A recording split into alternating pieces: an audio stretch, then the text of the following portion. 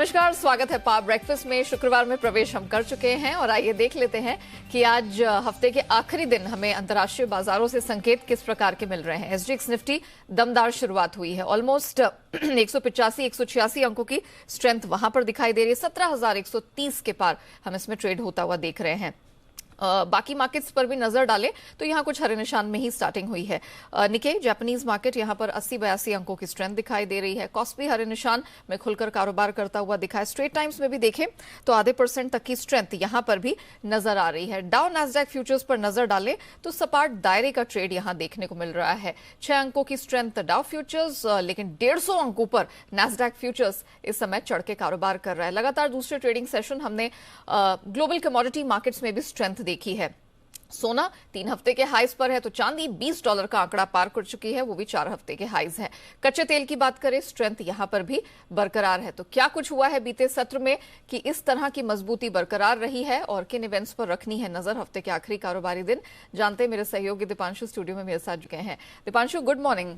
हम हफ्ते की क्लोजिंग की तरफ बहुत अच्छे नोट पर जा रहे हैं, क्या लग रहा है, क्या कुछ हुआ है? महीना भी महीने बहुत ही शानदार महीना रहा है बाजारों के लिए और बहुत ही बढ़िया एक्शन आपने कल फिर से आते हुए देखा है। आज सुबह तो एसजीएक्स निफ्टी आग लगा रहा है। 200 पॉइंट की तेजी आपको दिख रही है। I don't remember the last time triple digit gains के साथ हमने शुरुआत देखी थी। एब्सोल्युटली, इतनी जबरदस्त गेन तो बहुत रेयर हम देखते हैं, स्पेशली जिस तरह का माहौल रहा है 4-5 महीनों का। बट बहुत ही बढ़िया संकेत आपको आते हुए दिख रहे हैं और इसी का इम्पैक्ट आप देख रहे हैं। अब खबर कैसी भी हो, बाजार का रिएक्शन इस समय पॉजिटिव है। खबर यही है, एज एक्सपेक्टेड यूएस में मंदी आ चुकी है। टेक्निकल डेफिनेशन या टेक्स्ट बुक डेफिनेशन के साथ आप अगर जाएं तो कल Q2 जीडीपी डेटा का पहले एस्टिमेट आया था, ये 2 बार रिवाइज होगा बट रिवीजन में ज्यादा बदलाव नहीं होता है, 1 पॉइंट 2 पॉइंट ऊपर नीचे ही हो सकता है। तो -0.9% का ये आंकड़ा आया है। अनुमान 0.3 से 0.6% की ग्रोथ का था, तो उसके सामने -0.9% का अगर आपका जीडीपी डेटा आया तो काफी खराब माना जाएगा इसे। और पिछली तिमाही में -1.6% था। तो टेक्निकली 2 तिमाही अगर आपके लगातार नेगेटिव ग्रोथ आती है तो उसे मंदी का संकेत माना जाता है। बॉन्ड यील्ड तो काफी समय से उलट चुकी है और वो भी वाइडन हो चुकी है, तो दोनों मंदी के संकेत आपके लिए क्लियर स्क्रीन पर सामने हैं। पर कहा जा रहा है कि ये मंदी नहीं है। इनफैक्ट कल व्हाइट हाउस की भी प्रेस कॉन्फ्रेंस थी। फेड ने अपने स्टेटमेंट में ऑलरेडी कह दिया कि हमें तो मंदी इस समय नहीं दिख रही है। तो टेक्निकली तो मंदी आ चुकी है, बट यूएस में ऑफिशियली ये डिक्लेयर उनका नेशनल ब्यूरो ऑफ स्टैटिस्टिक्स करता है, जिसने नहीं करा है ये, क्योंकि वो कह रहे हैं कि इस समय मंदी के हालात नहीं है। आर्थिक स्थिति काफी मजबूत है। कंपनीज के नतीजे तो हम देख ही रहे हैं, शानदार आ रहे हैं और आज ज्यादातर आप नतीजों का ही रिएक्शन देख रहे हैं, जिसकी वजह से बाजार पॉजिटिव है। और साथ ही रोजगार हिस्टोरिक लेवल्स पर है, अनएम्प्लॉयमेंट हिस्टोरिक लेवल्स पर आपको दिख रहा है। इनफैक्ट कल साप्ताहिक बेरोजगारी के आंकड़े भी आए थे, 2.5 लाख के आसपास हैं, जो रिकॉर्ड निचले स्तर से ज्यादा दूर नहीं है। और पिछले हफ्ते के मुकाबले 5,000 की कटौती हुई है बेरोजगारी के आंकड़ों में। तो वहां से अगर आप देखें तो मंदी नहीं है, बट हाँ, अगर आप टेक्निकल डेफिनेशन से जाएं तो डेफिनेटली मंदी है। बाजार ने कंप्लीटली इसको इग्नोर करा है, कोई रिएक्शन हमने आते हुए नहीं देखा। इनफैक्ट अगर आप देखें तो डाउ कल एक बार फिर से लगातार दूसरे दिन तेजी बनती हुई दिखी। 330 अंक उछलकर दिन की ऊंचाई पर डाउ बंद हुआ। 1% से ज्यादा की तेजी आपने नैस्डैक और S&P 500 में देखी। 1.25% ऊपर रसल 2000 था। ब्रॉड बेस्ड रैली आपने एक बार फिर से कल अमेरिकी बाजारों में आती हुई देखी। 10 साल की बॉन्ड यील्ड अब 2.7% के भी नीचे आ गई, तो ये लगातार गिरती हुई दिख रही है। हालांकि रेट्स ऊपर गए हैं और बाकी संकेत उतने पॉजिटिव नहीं है, बट बाजार ने जीडीपी डेटा को तो कंप्लीटली इग्नोर कर ही दिया है। कहां पर करा है बाजार ने फोकस? नतीजों पर। और हम देख रहे हैं दिग्गज आईटी कंपनीज के नतीजे ज्यादातर अच्छे आते हुए दिखे हैं और उस पर पॉजिटिव रिएक्शन भी दिख रहा है। Amazon, एप्पल, हालांकि इनके नतीजे बाजार बंद होने के बाद आए और इसलिए आप देख रहे हैं अमेरिकी फ्यूचर्स में इस समय बड़ा एक्शन दिख रहा है, क्योंकि पोस्ट मार्केट Amazon का शेयर 12% ऊपर आपको दिखा है, इसलिए नैस्डैक फ्यूचर्स आपको 1% ऊपर दिख रहा है। बट ड्यूरिंग मार्केट आवर्स भी Amazon, एप्पल दोनों ही पॉजिटिव टेरिटरी में थे। हालांकि मेटा, फेसबुक का शेयर 5.5% गिरा था, क्योंकि इनके काफी कमजोर नतीजे आते हुए दिखे हैं। बट ओवरऑल ज्यादातर नतीजे अनुमान से बेहतर आ रहे हैं। दिग्गज आईटी का पूरी तरह से बाजार को सहारा है और इसकी वजह से पॉजिटिव मोमेंटम बना हुआ है। आज शेवरॉन और एक्सॉन मोबिल दोनों ऑयल जायंट्स के नतीजे आने वाले हैं। अनुमान बहुत ही मजबूत नतीजों का है। एस्ट्राजेनेका और प्रॉक्टर एंड गैम्बल के भी आज नतीजे आने वाले हैं, तो इस पर भी बाजार का फोकस पूरी तरह से बना रहेगा। यूरोप में थोड़ा मिला जुला एक्शन था आज, वहां पर उनका इन्फ्लेशन और जीडीपी डेटा दोनों आएंगे, तो उस पर भी बाजार की नजर बनी रहेगी। डॉलर इंडेक्स लगातार दूसरे दिन हमें सुस्त होते हुए दिखा, अब तो 106 पर आ गया है, तो वहां से कमोडिटीज को अच्छा सपोर्ट कल मिला है। सोने में हमने एक बहुत ही शानदार तेजी देखी। इनफैक्ट मार्च के बाद सबसे बड़ी इंट्राडे मूव सोने में आई है। अभी भी 1750 के ऊपर आपको सोना दिखेगा। चांदी $20 पर आ गया है, 3-3 हफ्ते की ऊंचाई पर ये दोनों प्रेशियस मेटल्स आपको ट्रेड करते हुए दिख रहे हैं। कच्चे तेल की बात करें तो यहां पर 107 के आसपास ब्रेंट बरकरार आपको दिख रहा है। नेचुरल गैस में हालांकि ऊपरी स्तरों से थोड़ी गिरावट आपने आती हुई देखी है।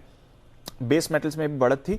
कॉपर 3 हफ्ते की ऊंचाई पर है। चीनी में थोड़ा रिबाउंड आपको आते हुए दिखा है। कॉटन भी अच्छा था। तो कमोडिटी बाजार में थोड़ा रिबाउंड के संकेत जरूर है, बट ओवरऑल मार्केट्स का बहुत ही बढ़िया संकेत आ रहा है। नतीजों पर ज्यादा रिएक्शन है। बुरी खबर को इस समय तो डिस्काउंट कर ही रहा है बाजार। दीपांशु, आपकी कमेंट्री से मुझे एक बात समझ में आ गई कि खबर कैसी भी हो, ये मार्केट डिसाइड करेगा कि रिएक्ट किस पे करना है। मोमेंटम जिस तरफ है उसी तरफ बाजार बिल्कुल, और वही होता हुआ दिखा है, which is good news for us. चलिए, शुक्रिया दीपांशु वो पूरी डिटेल रखने के लिए। आगे बढ़े इससे पहले देख लेते कि कल संस्थागत निवेशकों की तरफ से प्रदर्शन किस प्रकार का देखने को मिला है। तो अच्छी खबर इस फ्रंट पर भी निकल कर आई है कि विदेशी संस्थागत निवेशक बैक टू द फील्ड और 1638 करोड़ की खरीदारी का फिगर सामने निकल कर आया है। घरेलू संस्थागत निवेशकों की तरफ से खरीद जारी है। 600 करोड़ का फिगर वहां से भी आया है और तकरीबन 6000 करोड़ का आप कह सकते हैं तगड़ा नंबर खरीदारी का एफएनओ स्पेस में भी निकल कर आया है विदेशी संस्थागत निवेशकों की तरफ से। तो ऑल इन ऑल अच्छे संकेत हर फ्रंट से दिखाई दे रहे हैं।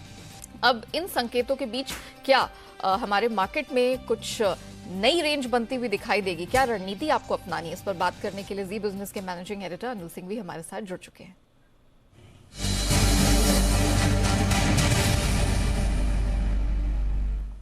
Sir good morning. Nifty, bank Nifty sir, आज क्या आप कोई नई रेंज, ट्रेडिंग रेंज और स्ट्रैटेजी लेकर आए हैं? बिल्कुल, गुड मॉर्निंग। नई रेंज के बाजार तो नई रेंज में जाने को तैयारी है और जबरदस्त तेजी के साथ डबल सेंचुरी मारने के मूड में एसजेक्स निफ्टी है। नई सीरीज भी है और जिस तरह से धमाकेदार अंदाज में कल हमने पुरानी सीरीज का अंत किया, वैसी दमदार शुरुआत आज अगर सीरीज की होती हुई दिखेगी और 17,000 के पार लंबे समय बाद आपको मार्केट निकलते हुए नजर आएंगे। तो ग्लोबल मार्केट्स में जो चौतरफा खरीदारी और तेजी का माहौल बना है, उसका फायदा भारतीय बाजार भी उठाने की कोशिश करेंगे, इसमें कोई डाउट नहीं है।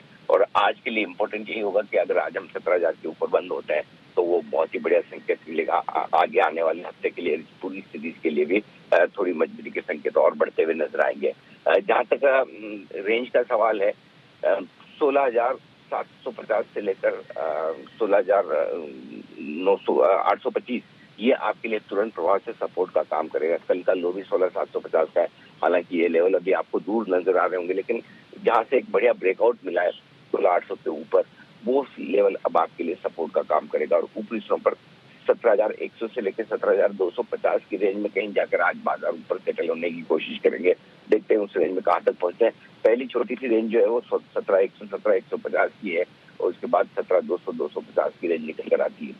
बैंक निफ्टी का जहां तक सवाल है, 37,000 के लेवल को कल हमने तोड़ा नहीं, अब 37,000 आपके लिए तुरंत सपोर्ट का काम करेगा। तो 36,800 से 37,000 ये आपके लिए अब मजबूत सपोर्ट रेंज हो गई है बैंक निफ्टी के लिए, आपके लिए। और ऊपरी स्तरों पर एक बार 37,500 को पार करके बैंक निफ्टी जाने की कोशिश करेगा तो 37,600 37,750 इनफैक्ट 37,950 तक का रास्ता बैंक निफ्टी के लिए भी खुलता हुआ नजर आ रहा है। तो यहाँ पर भी आपको अच्छी तेजी बनती हुई दिखेगी। तो ओवरऑल रुझान खरीदारी की तरफ है। बहुत गैप से खुला और उसके बाद हल्का फुल्का नीचे मिले आपको ऊपरी स्तरों से, तो फिर से खरीदारी का मौका बनेगा। बाय ऑन डिप्स की स्ट्रेटेजी रखें या फिर स्टॉक स्पेसिफिक एक्शन पर फोकस करें, जहाँ पर तेजी का माहौल बनता हुआ दिख सकता है। Sir thank you so much अच्छी खबर देने के लिए, और आपका मार्गदर्शन हमेशा ही वैल्यूएबल होता है। चलिए, तो सर ने एक क्लियर इंडिकेशन यहाँ पर आपको दे ही दिया है कि कोई भी डिप, कोई भी हल्की फुल्की भी करेक्शन मिले तो वो खरीदारी का मौका होगी। बाय ऑन डिप्स, ये आज की रणनीति आपको अपनाकर चलना है। स्टॉक स्पेसिफिक एक्शन पर भी फोकस रखिए। लेकिन जहां तक निफ्टी का सवाल है, 16,750 से 825 ये आपके लिए सपोर्ट रेंज होगी। अपर बैंड 17,100 से 17,250 का दिखाई दे रहा है। इसी तरह बैंक निफ्टी में भी 36,800 से 37,000। सर 37,000 के नीचे कोई डिप डाउन नहीं देख रहे हैं। इफ एट ऑल 36,800 के पास वो खरीद का लेवल होगा।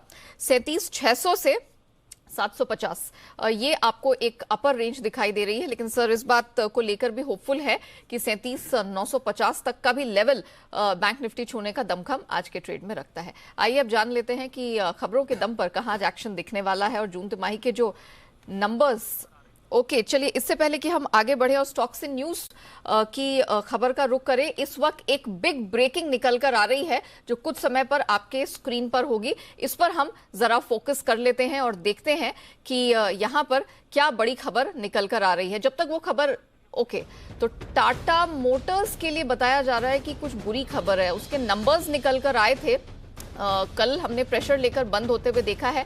क्या है पूरी डिटेल, इस पर बात करते हैं। मेरे सहयोगी अमरीश पांडे इस खबर की पूरी डिटेल लेकर हमारे साथ जुड़ चुके हैं। Amrish, good morning. जरा बताइए टाटा मोटर्स के लिए क्या बुरी खबर निकल कर आ रही है। Good morning. ने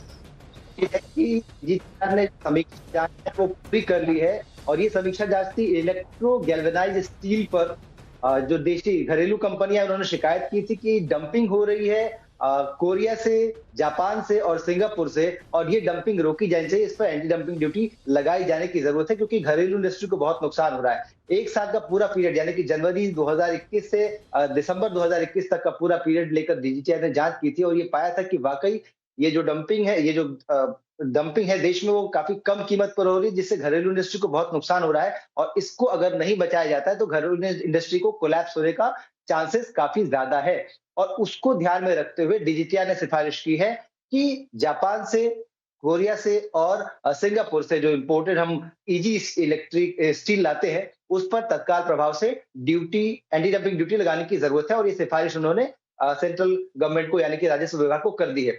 इससे टाटा मोटर्स को झटका इसलिए लगेगा क्योंकि देश में टाटा मोटर्स ही इसका सबसे बड़ा लिस्टेड इंपोर्टर है और टाटा मोटर्स अपनी सभी गाड़ियों के जो फ्यूल टैंक है उसके निर्माण में इसका इस्तेमाल करता है। तो इससे टाटा मोटर्स के लिए एक बड़े झटके की खबर है। बाकी जो देश की जो घरेलू छोटी इंडस्ट्रीज है स्टील की, उनके लिए अच्छी खबर हो सकती है। तो टाटा मोटर्स के लिए जाहिर तौर पर ये दिक्कत की बात है क्योंकि जैसे अमरीश ने बताया ये एकमात्र कंपनी है जो इंपोर्टेड ईजी स्टील का इस्तेमाल अपने फ्यूल टैंक की बनाई में करती है। अब इस पर अगर एंटी डंपिंग ड्यूटी लग जाती है जिसकी सिफारिश की जा रही है तो ये टाटा मोटर्स के लिए दिक्कत की बात हो सकती है। और कल हमने देखा स्ट्रेंथ तो मार्केट में भरपूर थी लेकिन टाटा मोटर्स है इसमें हमने एक गिरावट पर क्लोजिंग आती हुई देखी। शुक्रिया अमरीश, वो बड़ी खबर दर्शकों के सामने रखने के लिए। आज जब मार्केट खुलेगा इस पर हम चर्चा करेंगे एंड फोकस ऑफ कोर्स होगा। लेकिन चलिए आगे बढ़ते हैं और स्टॉक्स इन न्यूज की हमारी लिस्ट तैयार है। जून तिमाही के नंबर्स भी आ रहे हैं तो किन कंपनियों पर रहेगा फोकस और अभी तक नंबर्स किस प्रकार के आए हैं, पूरी डिटेल लेकर मेरे सहयोगी अरमान इस वक्त मेरे साथ स्टूडियो में जुड़ चुके हैं। अरमान, गुड मॉर्निंग। एक खबर तो टाटा मोटर्स की मिल गई, तो ऑटो स्पेस और खासतौर से टाटा मोटर्स इस पर तो फोकस रहेगा। कल किन कंपनियों ने नंबर्स जारी किए हैं जरा वो बताइए। जी, सबसे पहले SBI लाइफ पर ध्यान रखिएगा क्योंकि जो नतीजे आते हुए दिखे हैं काफ़ी बढ़िया, और अब देखेंगे कंपैरेटिवली जो नतीजे हैं बढ़िया हैं, बाकी मिक्स्ड भी नतीजे कुछ पैमानों पर हैं। अगर नेट प्रीमियम अर्नड आप देखेंगे तो लगभग 33% बढ़कर आती हुई दिखी है। एनुअल प्रीमियम इक्विवेलेंट APE जो होता है वहाँ पे 79% का उछाल देखा गया है। और VNB margin, value of new business margin, अगर आप देखेंगे तो 23.7% से बढ़कर 30.4% पर आते हुए दिखे हैं। डॉक्टर रेड्डीज देखेंगे तो पूरी तरीके से जो हमारे एस्टिमेट्स उसको मिस किया है। मार्जिन्स देखेंगे जो मल्टी ईयर लो लेवल पर है। आय लगभग फ्लैट रही है। अगर आप मार्जिन्स देखेंगे, मार्जिन्स 18.3% से घटकर 13.9% पर आते हुए दिखे हैं। और मुनाफे देखेंगे, मुनाफे में थोड़ी बढ़ोतरी देखी गई है। लगभग हमारा अनुमान 782 करोड़ का था और लगभग 1180 करोड़ के आसपास मुनाफा आता हुआ दिखा है। श्रीराम ट्रांसपोर्ट को देखेंगे, नतीजे बढ़िया आते हुए दिखे, हालांकि कुछ जगहों पर मिस है जो हमारा एस्टीमेट्स है उसके कंपैरिजन में। NIS देखेंगे लगभग 29% बढ़कर आती हुई दिखी है। मुनाफे में 5.7x की बढ़ोतरी देखी गई है। हमारा अनुमान लगभग 1000 करोड़ के आसपास का था, 965 करोड़ आता हुआ दिखा है। और AUM में भी देखेगा लगभग 9.6% का आपको उछाल देखा गया है। इंटेलेक्ट डिजाइन अरीना, नतीजे मिक्स्ड आते हुए दिखे हैं। आय लगभग 32.6% बढ़कर आती हुई दिखी है। मार्जिन्स देखेंगे, मार्जिन्स पर कट मिला है 24.5% से 21.4%। और मुनाफे में भी 7.2% का आपको कट देखा गया है। निप्पॉन इंडिया AMC जो हमारा अनुमान था उससे कमजोर नतीजे आते हुए दिखे हैं। आय लगभग 4.6% बढ़कर आई है। मार्जिन्स थोड़े बहुत घटकर आए हैं, 58.7% से घटकर 56.7%। और मुनाफे में देखेंगे लगभग 37% का आपको कट देखा गया है। TVS मोटर्स, हमारा जो अनुमान था उससे बेहतर नतीजे आते हुए दिखे हैं। आय लगभग 52.7% बढ़कर आई है। मार्जिन्स में भी इंप्रूवमेंट देखा गया, 7% से बढ़कर 10%। और अगर मुनाफा देखेंगे, मुनाफा 53 करोड़ से बढ़कर 320 करोड़ के आसपास आता हुआ दिखा है। वेदांता की अगर बात करेंगे तो वेदांता जो हमारा अनुमान था उसके मुताबिक ही नतीजे आते हुए दिखे हैं। आय लगभग 36% बढ़कर आई है। मार्जिन्स देखेंगे, मार्जिन्स 35% से घटकर 26% पर आते हुए दिखे हैं। और मुनाफे की बात करेंगे, मुनाफा लगभग सिर्फ 5% बढ़कर आता हुआ दिखा है। पीएनबी देखेंगे अंत में, जो हमारा अनुमान था उससे कमजोर नतीजे आते हुए दिखे हैं। एनआईए 4.3% बढ़कर आई है। एनपीए जो प्रोविजंस हैं वहां पर आपको बड़ा जंप देखा गया है, 48% बढ़कर आते हुए दिखे हैं। और अगर आप डिपॉजिट्स की बात करें, डिपॉजिट्स में लगभग 3.6% की ग्रोथ देखी गई है और एडवांसेस में भी 12% की आपको ग्रोथ देखी गई है उसमें। चलिए, तो ये वो कंपनियां हैं जिन्होंने कल अपने तिमाही नतीजे जारी किए थे। अरमान, जरा बताइए कि आज कौन सी कंपनियां नंबर्स जारी करने वाली हैं, खबरों के दम पर कहां एक्शन रहने वाला है? बिल्कुल, काफी सारी कंपनियों के नतीजे हैं। आपको निफ्टी में 4 कंपनियों के नतीजे आते हुए दिखेंगे, जिसमें सिप्ला, एचडीएफसी, सन फार्मा, एनटीपीसी जैसे स्टॉक्स हैं। एफएनओ में 9 कंपनियों के रिजल्ट्स आपको आते हुए दिखेंगे, जिसमें Ashok Leyland, IOC, DLF, GRM infra, Piramal enterprises आदि जैसे स्टॉक्स हैं। हम प्रधानमंत्री जो हैं आज गिफ्ट सिटी विजिट करेंगे, वहाँ पे वो एसजीएक्स निफ्टी फ्यूचर्स ट्रेडिंग का इनोग्रेशन करेंगे, फाउंडेशन स्टोन डालेंगे हेडक्वार्टर्स में, जहाँ पर ये इंटरनेशनल फाइनेंस सर्विस सेंटर है उसका, और इंटरनेशनल बुलियन एक्सचेंज है उसको भी लॉन्च करेंगे। उसी के साथ साथ एनवीसीसी एफएनओ से बाहर हो जाएगा। राम रत्न वायर्स आज से एनएससी पर लिस्ट होता हुआ दिखेगा आपको। नव भारत वेंचर्स में, जिनका नाम बदलकर नवा लिमिटेड हो चुका होगा।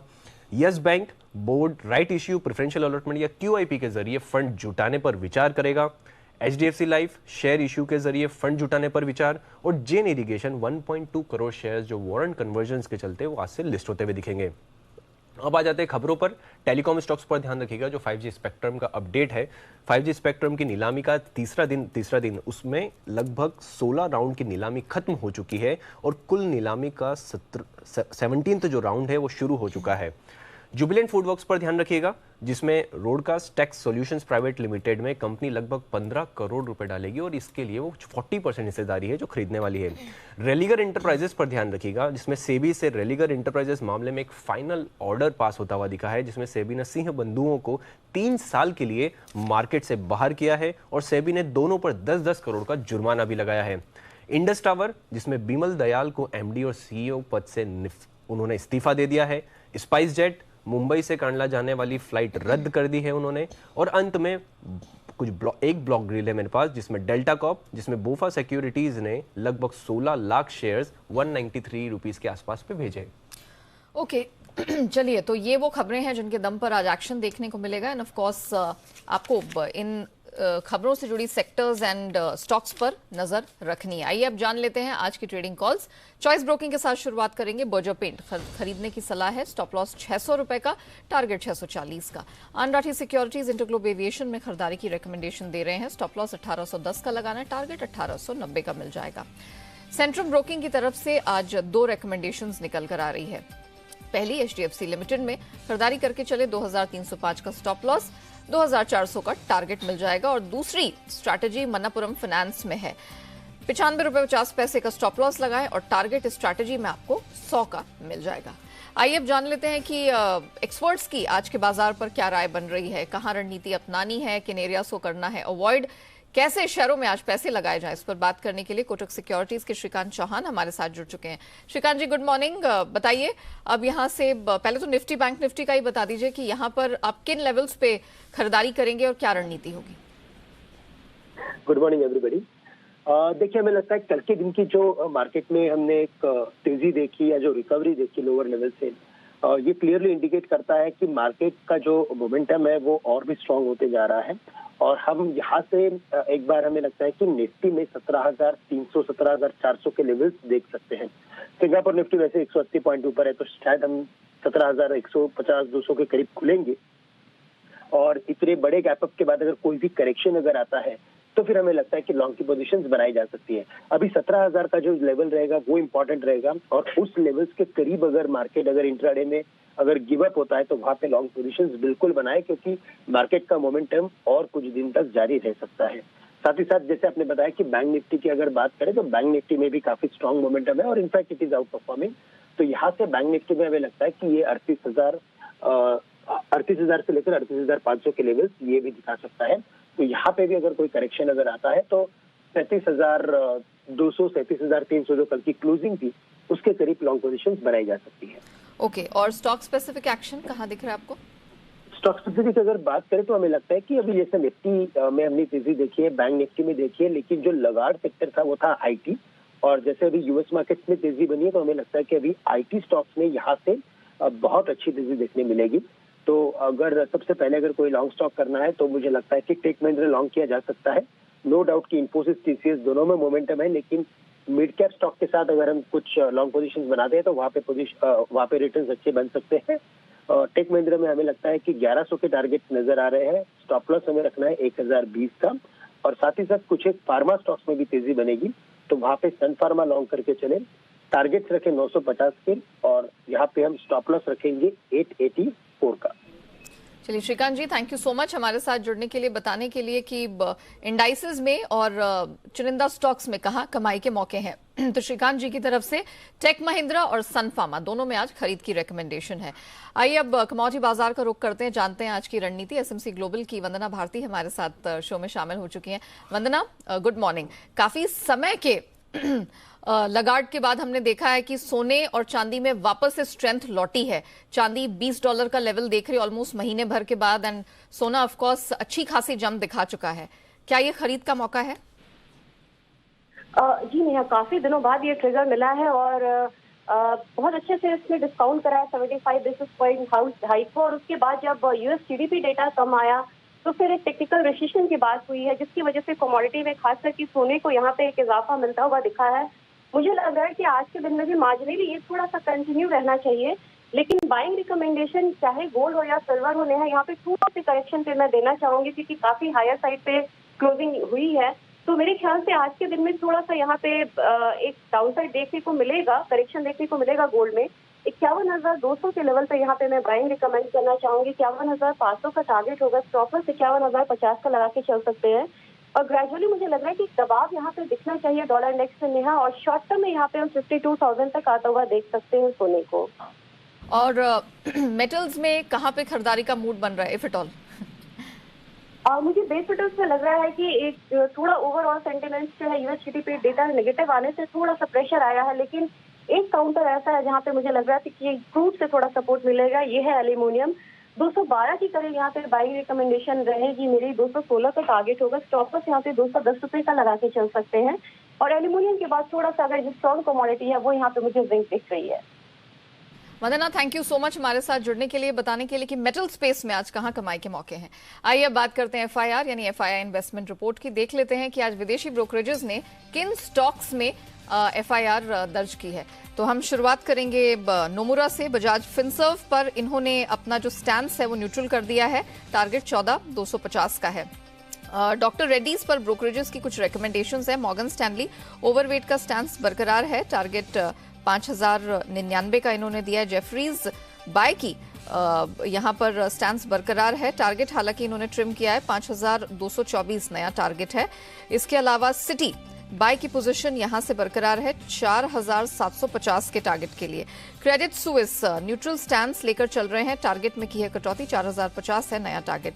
अब बात करते हैं नेस्ले की। सिटी की खरीद की रिकमेंडेशन है, टारगेट बढ़ा दिया है 21,600 का। मैक्वेरी न्यूट्रल आउटलुक है, टारगेट इन्होंने भी बढ़ाया है, 19,250 का नया टारगेट है। मॉर्गन स्टैनली अंडरवेट का आउटलुक है, टारगेट 14,566 का। जेपी मॉर्गन ओवरवेट का आउटलुक है, टारगेट 20,000 से बढ़ाकर 20,500 कर दिया है। जेफरीज होल्ड की रिकमेंडेशन है, टारगेट इन्होंने भी बढ़ा दिया है 17,200 का।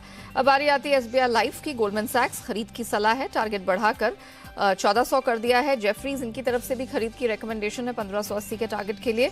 मॉर्गन स्टैनली ओवरवेट स्टैंस है, टारगेट 1,500 का है। वहीं जेपी मॉर्गन ओवरवेट आउटलुक लेके चल रहे हैं, टारगेट 1,490 से बढ़ाकर 1,570 कर दिया है।